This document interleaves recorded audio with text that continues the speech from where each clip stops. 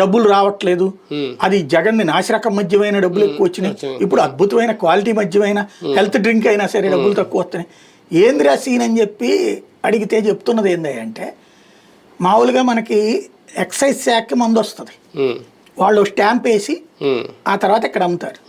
ఇప్పుడు అది కాదు, వేరే లారీలు వస్తున్నాయి, గోవా నుంచి డైరెక్ట్గా ఈ మాఫియా నుంచి వస్తున్నాయి, వచ్చేసేసి 21% అక్కడ ట్యాక్స్తో వస్తాయి.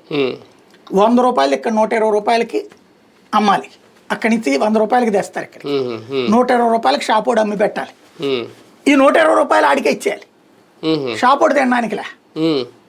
షాపోళ్ళు ఎదురు తిరుగుతున్నారు, నాకేంది లాభం అని అడుగుతున్నాడు.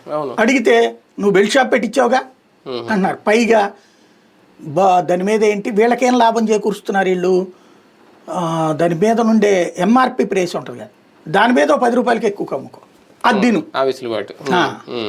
దానికి ఇక్కడ అడుగుపడట్లేదుగా మేము. ఇది మళ్ళీ నీకు 30% ఇస్తున్నప్పుడు ఇంకేడా మిగులుద్ది అందులో కూడా. వాడు నరకం అనుభవిస్తున్నాడు, ఆత్మహత్యలుగా ఒకటే మిగులు అక్కడ.